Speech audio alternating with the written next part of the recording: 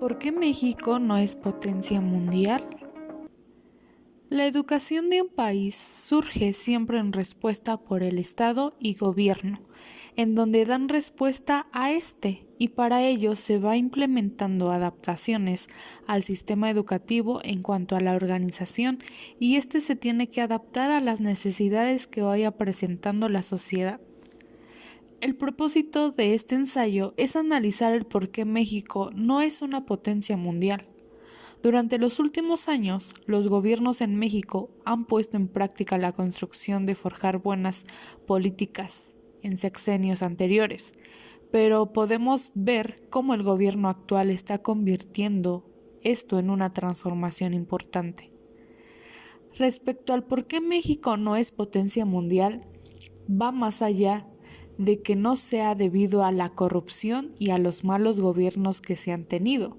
Considero que ha habido periodos de oportunidades en donde hubo muchos recursos, pero no se supo utilizar o administrar adecuadamente, trayendo consigo un desarrollo inestable económicamente y causando una gran inflación al país.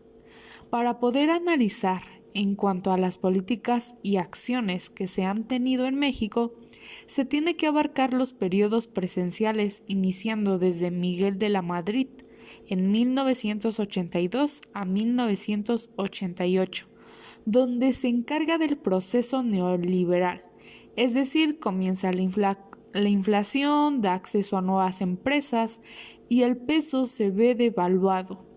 Cabe señalar que en cuanto al contexto de estos años 80, se empezaron a realizar políticas neoliberales, queriéndose ver como un ajuste que iba a traer beneficio al país.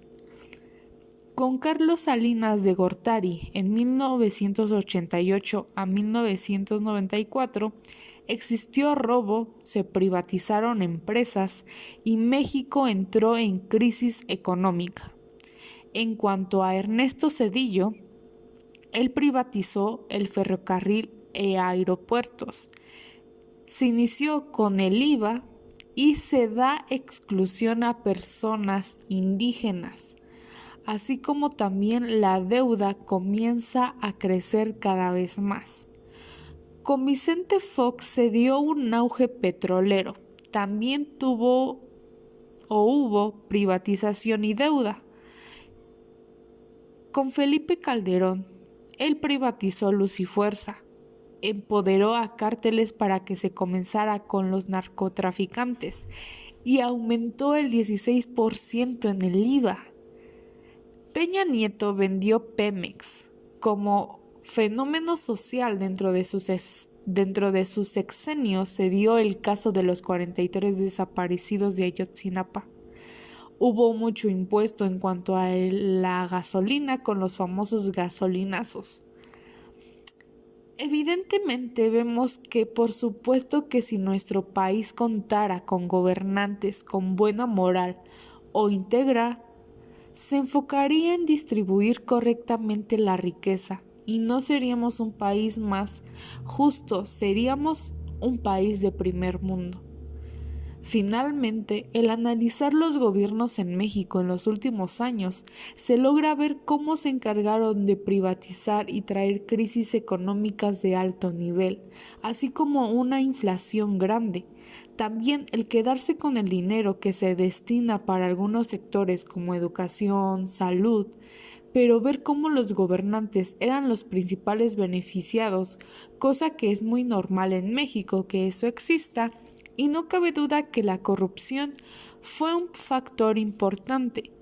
Por último, en cuanto a la educación, no lograron llevar a cabo buenas políticas educativas que se adaptaran a las necesidades del contexto áulico. En definitiva, el problema del rezago y el acceso en cuanto al ámbito educativo se ha visto afectado por el neoliberalismo, al aplicar una educación que no ha tenido mucho beneficio para la población. Sin embargo, con el gobierno actual de Andrés Manuel López Obrador, se pretende realizar una transformación que combata todas estas cuestiones que se han visto afectadas. Es un proceso que está costando. Evidentemente sí, pero se ha visto cambios en pequeños detalles. Se requiere una